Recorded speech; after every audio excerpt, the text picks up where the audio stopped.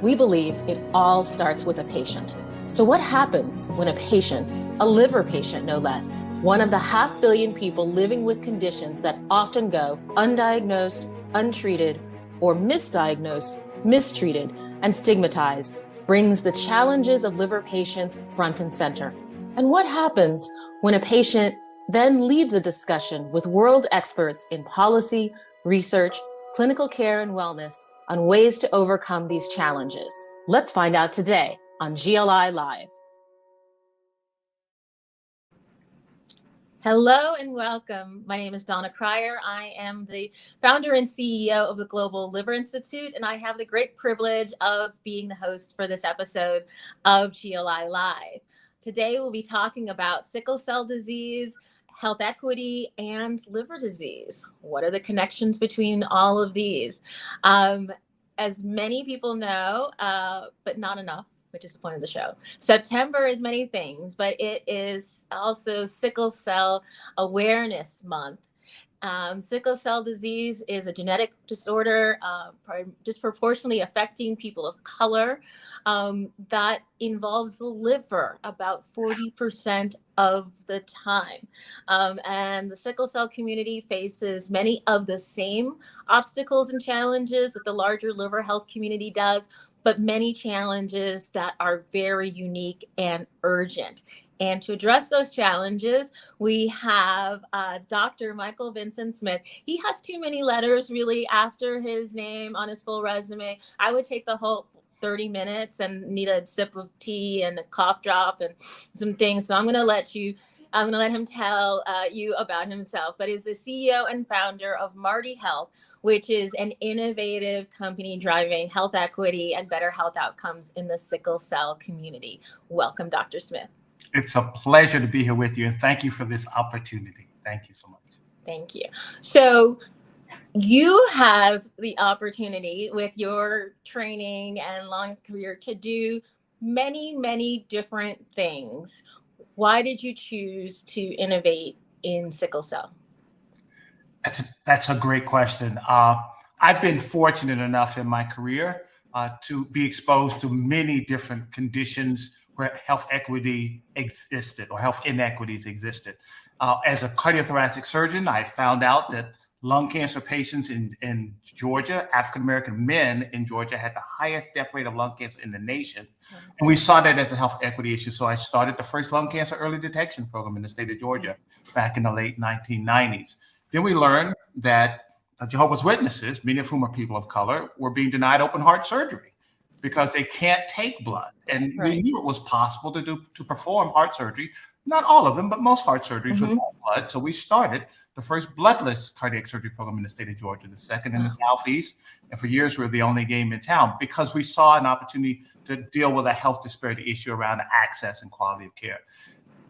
My entire career has been in that space. I spent 12 years in managed care working on value-based population health management and seeing the intersectionality of health equity and value-based population health management.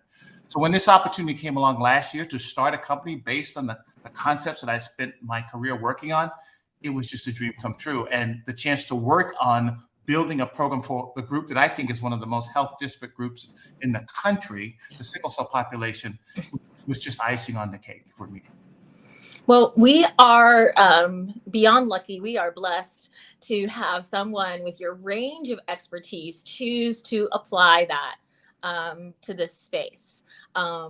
Sickle cell patients and liver patients have gone, underserved and ignored, all of us of any ethnicity. And certainly when we start talking about people of color whose access to just the basics of health insurance and health care, lag far behind, to then be able to get effective treatment for something as complex as sickle cell, has been a great need for a long time. So thank you for choosing to serve in this way.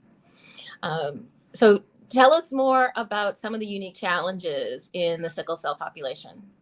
Thank you. As you alluded to earlier, this is an inherited blood disorder. It's the oldest known inherited disease on the planet for humans. And we believe it evolved as a way for the body to try to correct the problems along with concerning malaria. Malaria was killing millions of people, and sometime around 7,000 years ago, the body mutated. A small group of people had a mutation on a single gene that protected them from dying from malaria. And those people went on to produce more people with that single gene, and then ultimately, people were born with 2 copies. If you have 1 copy, it's protected. If you have 2 copies, then you get this abnormality where you form these chains of hemoglobin, these polymers of hemoglobin, and what was a nice, soft, donut-like red blood cell becomes a C shape or sickle cell shape. That sickled cell is chewed up earlier than normal cells. Normal blood, 120 days, sickle cell, 20 days. So that causes anemia, which is a huge problem, as you can imagine. But equally as bad, if not worse, is it causes the clumping of these cells, and that obstructs blood flow.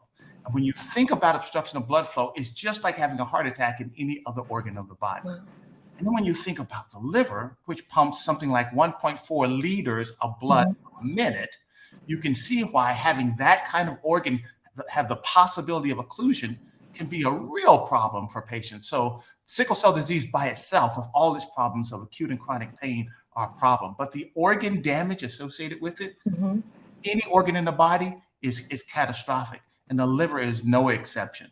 So we know that these patients, again, have acute and chronic pain. They have organ injury. They have premature death. Half of them are dead by age 50. Wow. They say they call themselves warriors because not only are they fighting that battle, this battle of an inherited blood disorder they had nothing to do with getting, but on top of all the problems associated with that, they say they have to fight the problems of structural impediments to quality care for people of color and patients with special needs. And unfortunately, it's true. There's several stories of this where they say we go into the emergency room complaining of pain. People see us as drug seekers when we are care seekers. They don't understand the importance of giving us the care we need.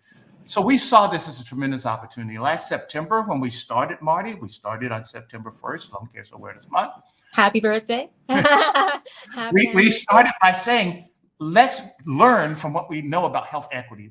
Let's approach this as a community-based participatory engagement approach. Let's go into the community and ask the sickle cell community and the caregivers and the providers, what do you think the key problems are around getting quality of care, around access, around health equity? How do you see those problems getting solved? How can we be part of that solution? And we spent 6 months in customer discovery. They helped us build an amazing platform to help them collect the data, their medical, behavioral, functional, social determinant data, and be able to share it with anybody, anywhere, anytime. That was one of the things they asked for. We gave them the ability to connect with their caregivers, regardless of location or time, asynchronously. That was one of the things they asked for. They wanted a single source of truth, a place we can go and get trusted information about how to manage our disease, not just for us, Dr. Smith, but for doctors as well, because there are many doctors who don't understand evidence-based around managing sickle cell. I know it's true. Yeah, no, I'm just like, ooh, that's an issue. The team knows there are several buzzwords. I start getting twitchy, based on my own long experience. But keep going. If you look at the American Society of Hematology, if you look at the clinical guidelines, they'll tell you that many of those are recommendations that are based on consensus because we don't have enough data around the evidence-based management. Tremendous problems there. And then last, they said, we need a virtual town hall, a place we can come together and ideate about how to fix problems. And when we have a bad experience in a hospital, we want to be able to share that immediately so others won't go through that. We were building all of that starting last September. And then last November, they said, yeah, it's a great start. We love the platform you guys are building. But we got a much bigger problem. We've got a group of doctors in the community who've committed themselves to taking care of the sickle cell population. They have all the desire, they don't have the capacity because insurance companies don't pay them enough to care coordinate. The fee-for-service model doesn't work. Then we got these large academic institutions. They're wonderful institutions. They have tremendous resources. But when we go in there, most of the time we feel like they're trying to figure out what clinical trial to put us in, what study can they put us in, what paper can they write on us, what survey can they do on us. We just want to know if you're serious about helping us, can you help the doctors in the community with all the desire, build the capacity, help them build a value-based solution that gives them a sustainable model for getting paid to keep us healthy instead of getting paid to take care of us when we're sick. And so that's what made us pivot in November to say, why don't we do it? Why don't we build the first community-based, value-based, population health management-based specialized medical home for sickle cell. And that's what we embarked on starting last November, working with the sickle cell community and the community-based organizations in the sickle cell community. We reached out to health plans who said, well, this sounds like an amazing thing. Let's talk about how we could make this work with our individual population. We've spoken to the Georgia Department of Community Health, and they amazing thing.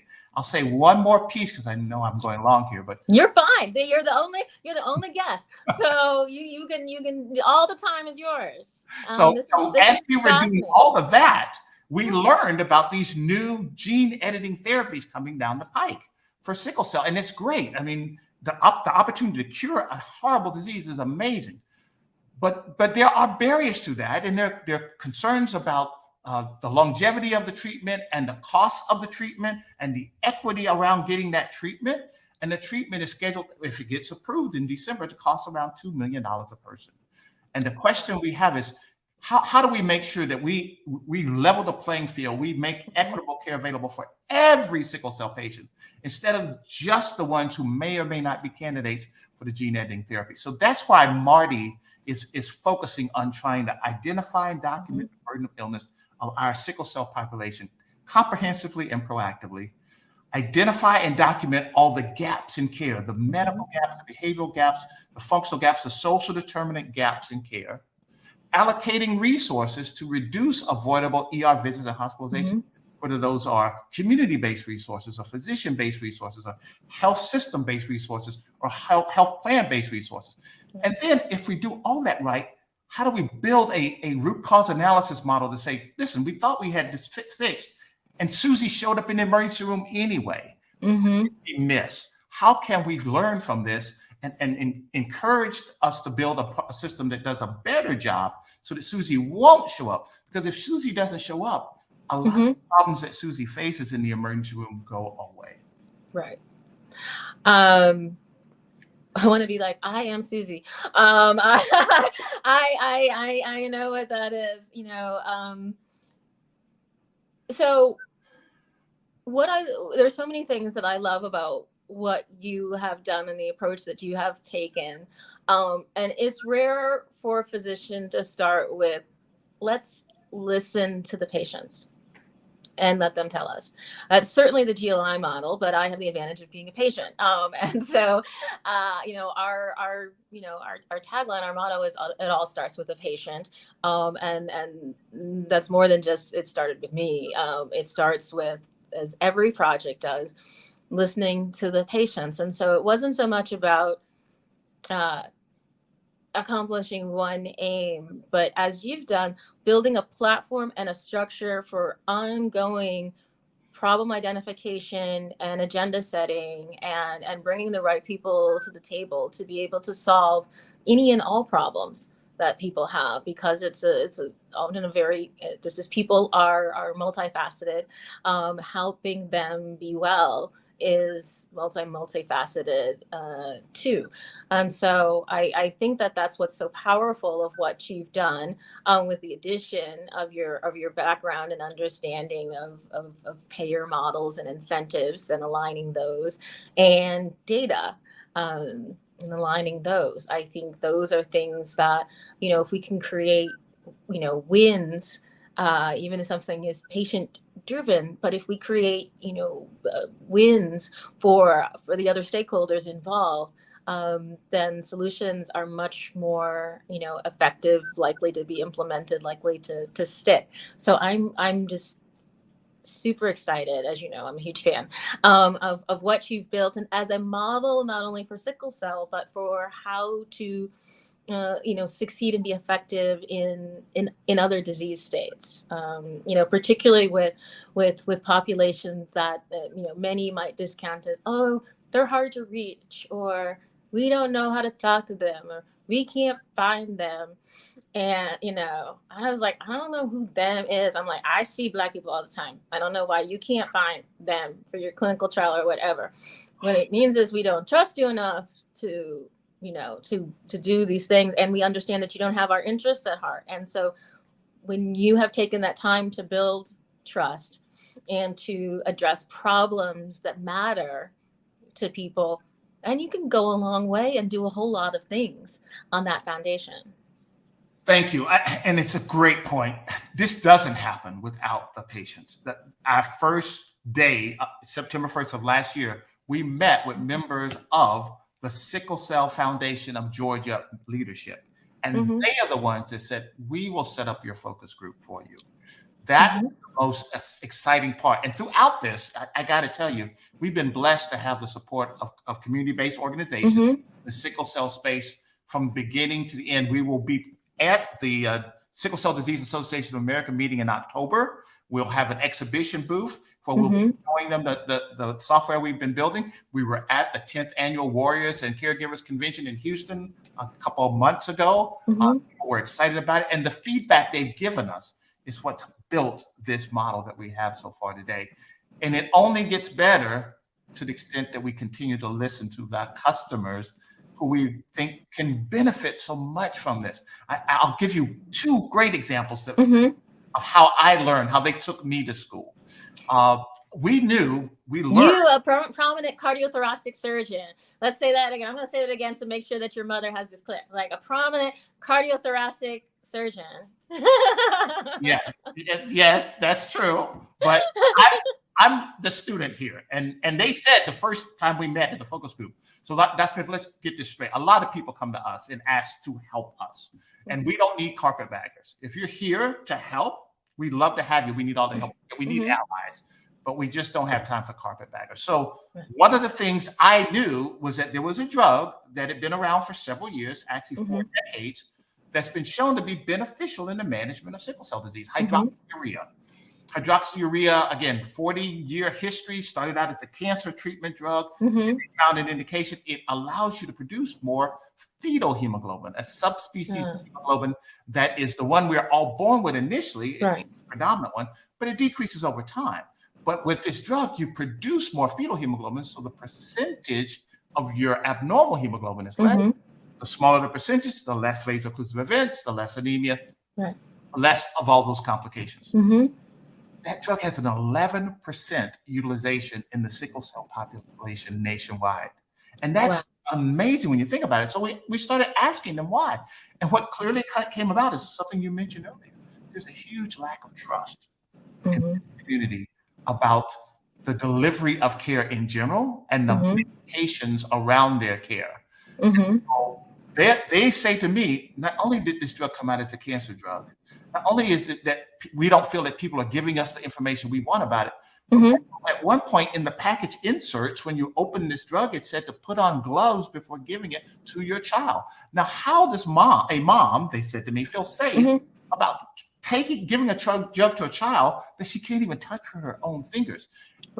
That's an education opportunity. To make that point, one of our strategic advisors, Dr. Tandua Washington, I don't think she'll mind me mentioning her, is a physician and a sickle cell patient and the mother of a sickle cell patient.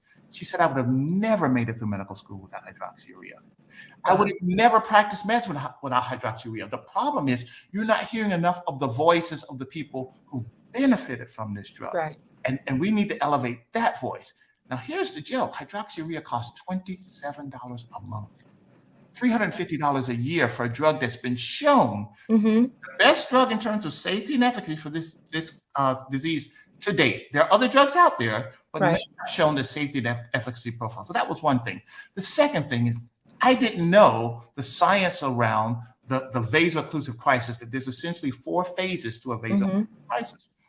And that first phase, the prodromal phase, is where you get just very small volumes of veins in the body that are occluded, just a very small number. They release these biomarkers that cause a cascade effect until you get this full-blown crisis. That prodromal phase, 2 to 4 days, 2 to 4 days smoldering fire before full-blown fire. As a heart surgeon, I said, geez, if somebody told me my patient had a 2 to 4 day window before a full-blown heart attack, prevent most heart attacks. So why aren't we looking at and understanding the modifiers, the triggers for prodromal phases, how to mitigate it? And again, Dr. Washington said, you're right. I call it an aura. I know when I get my prodromal phase, and I know exactly what to do to keep me from going full-blown crisis. embedding that knowledge in the community and the doctors who manage them and the care managers would have a huge impact on this population. So those are just two things they taught me in the last 380 days that we have said there's a unique opportunity to apply what we've learned from them in care delivery to bend the quality curve positively, to bend the access curve positively, to bend the cost curve positively. And we're excited about the opportunity that they have made available to us. First of all, thank you for your humility to listen and to be open to learning, to receive those aha moments. And those are great examples of, when we say, people with lived experience, are experts of a sort. It doesn't mean that they, know more than doctors or supplant. It just means that having lived day to day, hour to hour, minute to minute with a condition, we have information, even if we can't quite label it. And that's why working with physicians and medical researchers can become so powerful. And you start learning, labels and names and how to sort of assign the things that you've been feeling and living with and knowing, and to be able to apply it towards solution generation. But I often go around and many times I'm like, I've been with this body the whole time, like all 53 years, like these veins, they try to take blood and it's like it's scarred, it's whatever. I'm like, I want us to be successful here. I'm like, why don't you go there? And I'm like, I've been with these veins the whole time. They've never left me. I've never been without them. Yeah, I know you just met them, but we've been together this whole time. So I don't know why you wouldn't take my advice on where we're gonna, do this blood draw. I'm just fascinated about your process, about why you think you know more than I do about these veins that you just saw for the first time. And that's just one, example. So, but I have to say this, I think it's an important point. And I know it's been a long time since I've been in medical school, but that was actually one of the foundational things they tried to teach us in medical school. The ultimate textbook is the patient. And they used to say, if you'll listen, the patient will teach you about their disease. Right. And I know we've gotten a lot of fancy science that's gotten in the way of that now, but sometimes we just have to remember that it really is about understanding the patient. I'm going off to a corner here, but there was a mandatory book we all had to read, Cope's Diagnosis of the Acute Abdomen, when I was little, when I was training. And it taught you how to use your eyes and your ears and your hands to determine if somebody had what we called an acute abdomen, an abdomen that requires surgical intervention in the next 24 hours. And I mean, that was a skill that you could be taught. Now it's true, we can run you through a CAT scanner now, and 90% of what we need, what we learned, those amazing skills that they sat and taught us, we can glean from a CAT scan. And I think that's amazing. I'm not in any way disparaging that, but there's something to be said for the time and the talent that it takes to listen to a patient, to look at a patient, to examine a patient, and to understand where they are coming from. Because oftentimes they'll tell you, even before you lay your hands on them, what the problem is. And that's critical, because what we've all learned in medicine now is that 80% of what drives the illnesses that are really causing our quality issues, our access issues, our cost issues, they're not medical per se. They're those determinants that we talk about, those health-related social needs problems around housing, around food insecurity, around safety. We surveyed the sickle cell community. They said the number one problem, 61% answered, the number one problem that they see as a sickle cell patient is financial instability.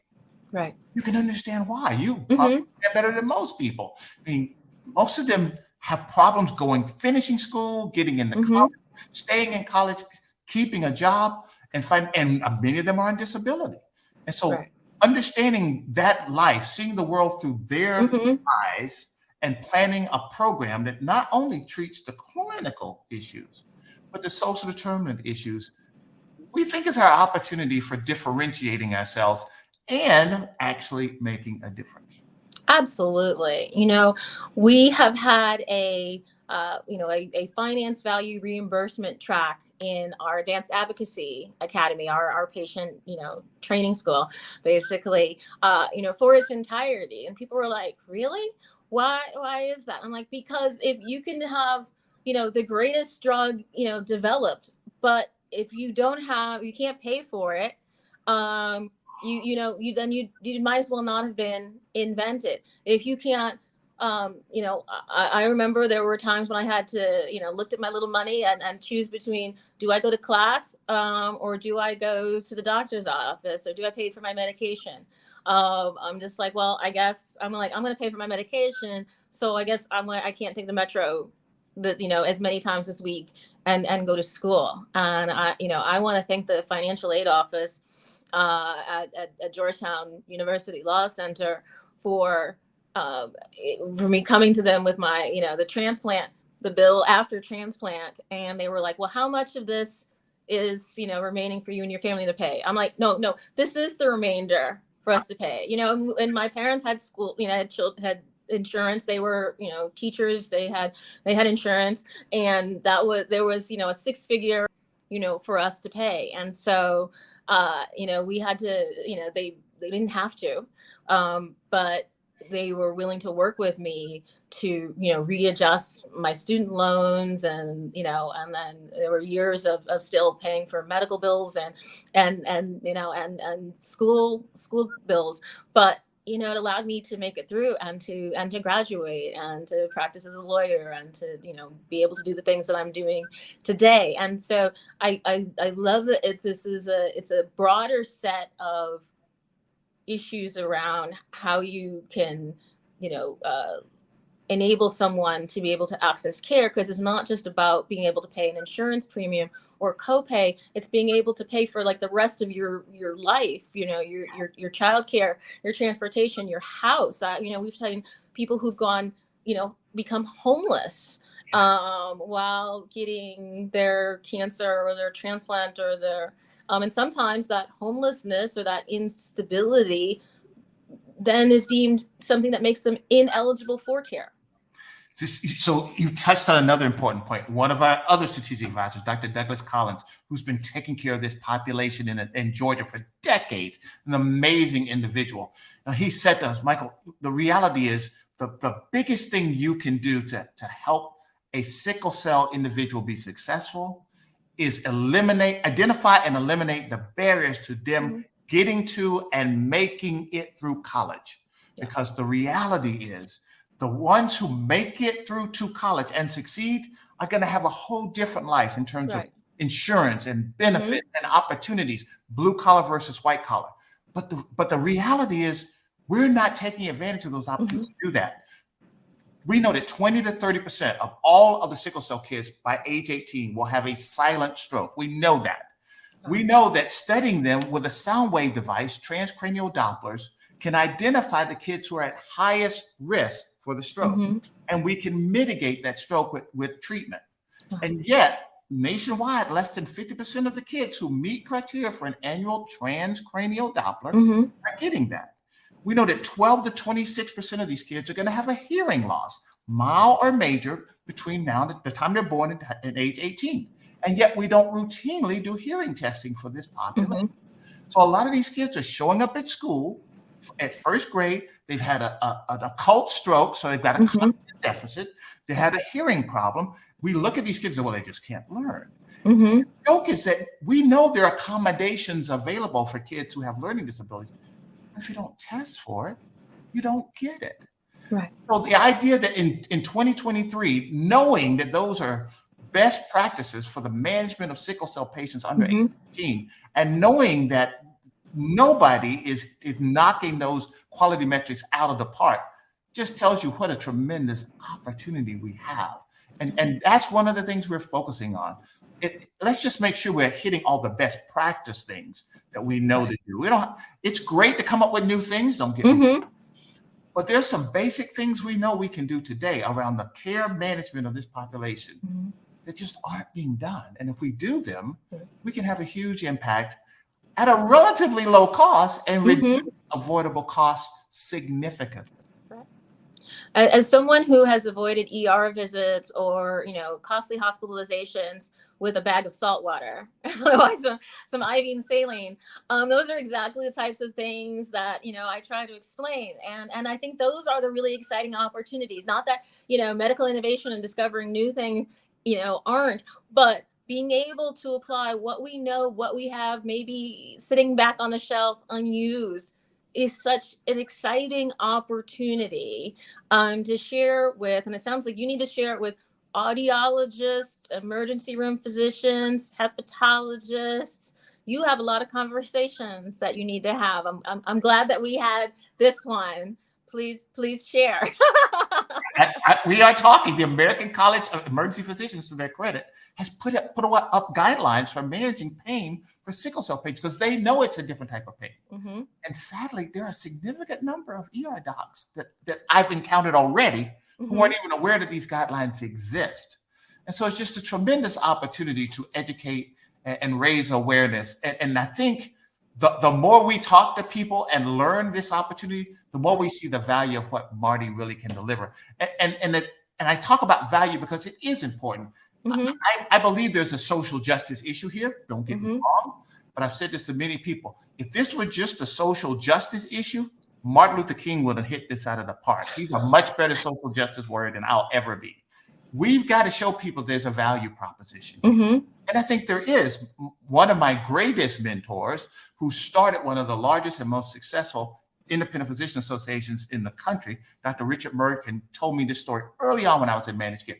Michael, every year, a certain number of 80-year-old women, he lived in California, are going to come in the emergency room with heat stroke. A certain number every year are going to do that.